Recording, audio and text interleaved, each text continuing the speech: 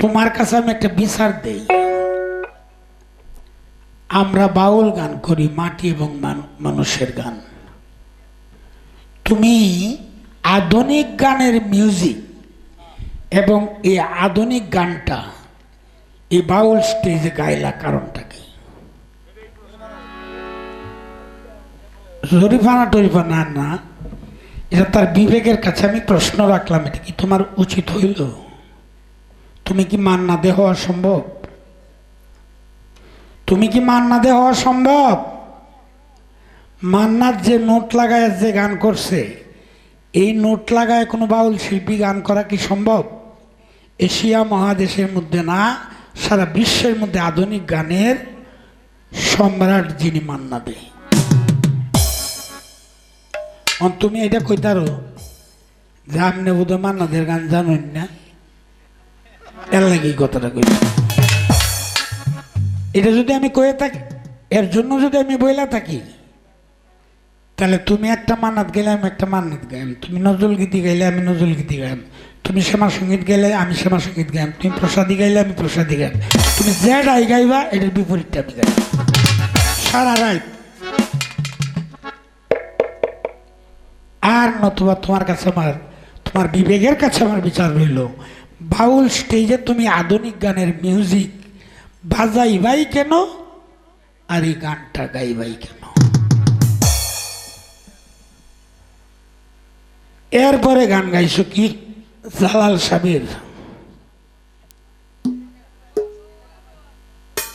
60,000 গোপনের কথা নিষেধ করেছেন রাসূলে। মারে ফত বিচার করো বসিয়া শরীয়তের কুলে। কথাটা কি এরকম না কথাটা এরকম যে শরীয়ত বিচার করো বসিয়া মারফতের কুলে? যদি তুমি না করো তো বই আনানি লাগে। দেখাও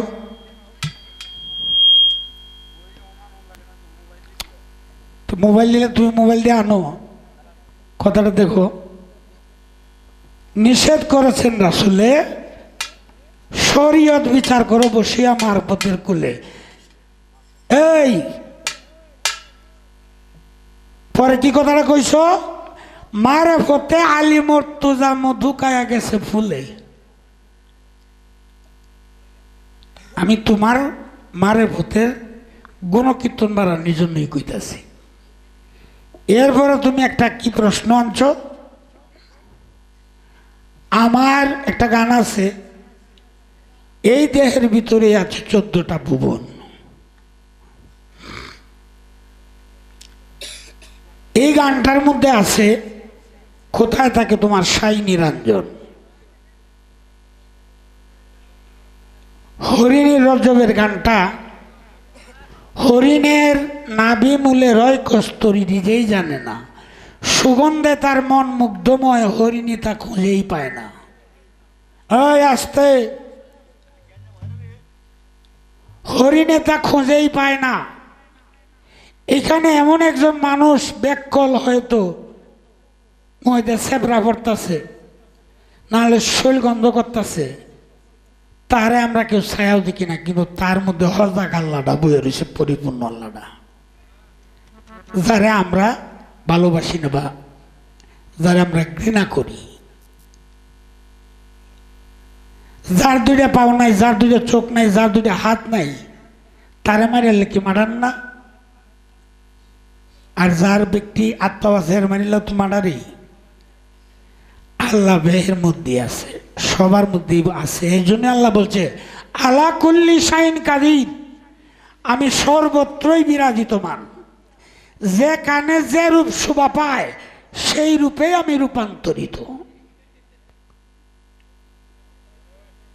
আস্তে একদিন এক পাগল কাবাঘরের সামনে গিয়া কাবাঘরের দিকে ঠ্যাং দিয়া শুয়ে রইল। মাওলানা রুমি সামনে দিয়ে যায়, পাগলা তুই চিনস না এই ঘরটা যে আল্লাহর ঘর, কাবাঘর? তুই এই দিকে ট্যাং দিয়া যে শুয়ে রইলে, তোর কত বড় সাহস? পাগলা কয় হুজুর আমি তো আপনার মতো এত বড় হুজুর না, বেশি বুঝি না,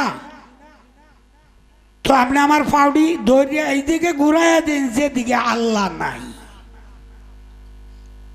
কথাটা বুঝছেন?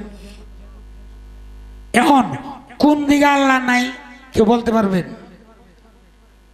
আল্লাহ তো কোরআনে বলছে আলা কুল্লি শাইইন কাদির, আমি সর্বত্রই বিরাজিতমান। সুরের কুদা সুর, জ্ঞানীর কুদা চতুর, জন বুড়া বর্তমান, শিশুর কুদা অজ্ঞান, রুগীর কুদা রুগীর ভাণ্ডে রুগী হইয়া তাকে সর্বক্ষণ আপনার সুরতে যদি দেখবে নিরঞ্জন। এখন এই জালালের কথাই আমি তোমারে কইলাম, এই যে 14টা ভুবনের কথা বলছো, এই 14টা ভুবন হলো 14টা দেহের মুখাম, 14টা মুখাম। আর এই মুকামের মধ্যে কুলুবুকুম মুমিন আরশিল্লাহ, মুমিনের কলবে আল্লাহর বসবাস। তুমি যদি মুমিন হইয়া থাকো তাহলে তোমার কলবের মধ্যে আল্লাহর আরশ বসবাস। এখন এই 14টা ভুবন কি? এই 14টা ভুবন 7টা আসমান। প্রথম আসমানে আছে আদম আলাইহিস সালাম, পরে ঈসা আলাইহিস সালাম, এরপরে ইদ্রিস আলাইহিস সালাম, এরপরে ইউসুফ আলাইহিস সালাম, এরপরে ইয়াকুব আলাইহিস সালাম, এরপরে ইব্রাহিম আলাইহিস সালাম, এরপরে মুসা আলাইহিস সালাম। এইভাবে 7 জন। উতল বুতল রসাতল তলাতল মহাতল রসাতল হৃদতল উবিতল, এরকম 7টা তল আছে, মাটির 7টা ভাগ আছে। এখানেও 7 জন ফেরেশতা বসবাস করে, আর ওইখানে 7 জন নবী বসবাস করে। কিন্তু আমার আল্লাহ কোথায় থাকে? এর মাঝামাঝি করে কুলুবুকুম মুমিন আরশিল্লাহ, যে মুমিন ব্যক্তি তার কলবে আল্লাহ বিরাজ করে। এখন মুমিন হইতে কি লাগে? মুমিন হইতে লাগে কি জানেন?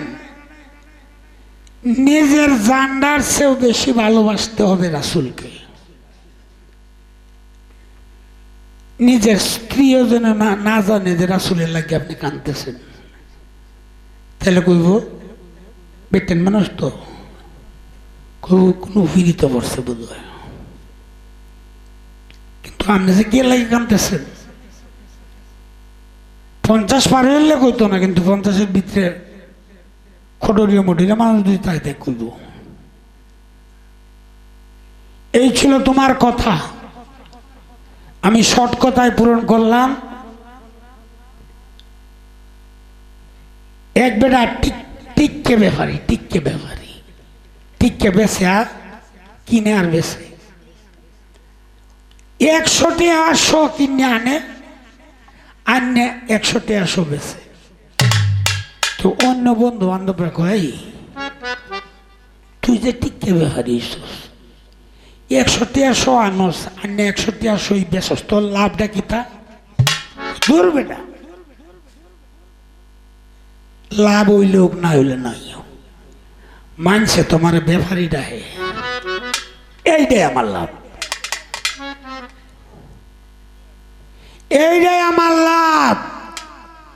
তুমি যদি মনে করো যে মানছে বাউল ডাহে এটাই আমার লাভ, তাহলে কি হইল?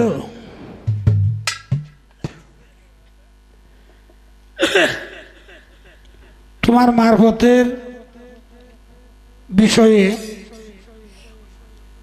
আমার যতটুকু, আমার শরীরটা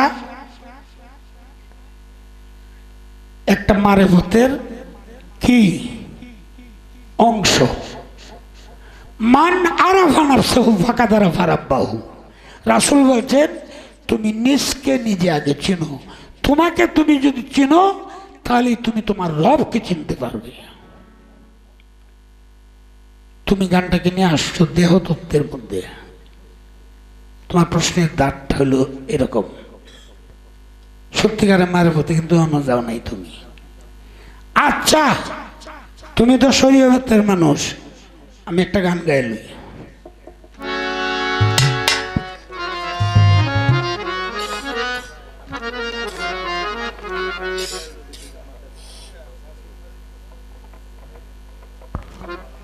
ও আব্দুল্লাহ আর আমেনা দয়াল নবীর দুজন মাতা পিতা। লালনের গানে বুঝাইছে রাসূল যিনি নয় গো তিনি আব্দুল্লাহর তো নয়। এই বেটা, রাসূল যিনি নয় গো তিনি আব্দুল্লাহর তো নয়, রাসূল যিনি হেলা হইল আব্দুল্লাহর কিছু লাগে না, কিন্তু মুহাম্মদ জেলা মা আমেনার গর্ভের সন্তান আব্দুল্লাহর ছেলে, এলার সেরা ৬০ জন, মেয়ে ৬০ জন তোমার সাক্ষীতে দিলাম। আর রাসূল যিনি এলাকার কিছু লাগে না।